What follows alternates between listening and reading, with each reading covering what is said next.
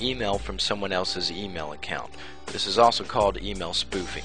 And the reason I'm doing this is to show email account hosters this vulnerability so that they can protect themselves from it. Now the first thing you want to do is go to Control Panel and Programs, or Add and Remove Programs in XP, and go to Windows Features or Windows Components, and make sure that Telnet is installed. And then what you want to do is go to the Run command and type in CMD, and in Vista you'll have to right click on it and select Run as Administrator. Then type in NSLOOKUP and hit enter, and then type in set type equals MX, then hit enter, and then type in the email host. In this case it's Blue Bottle, but it could be hotmail.com or gmail.com or yahoo.com, and then type in exit.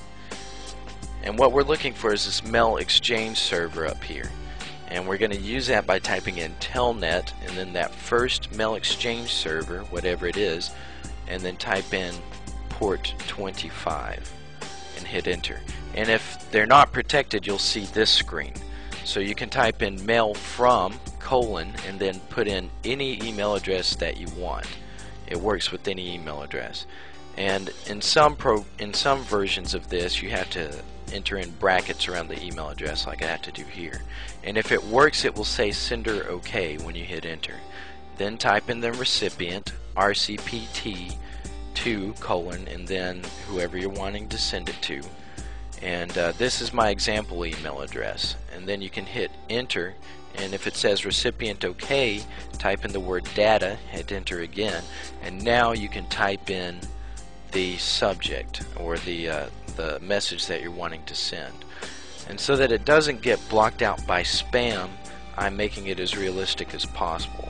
First I'm entering in the date, and then the from address, then the to address.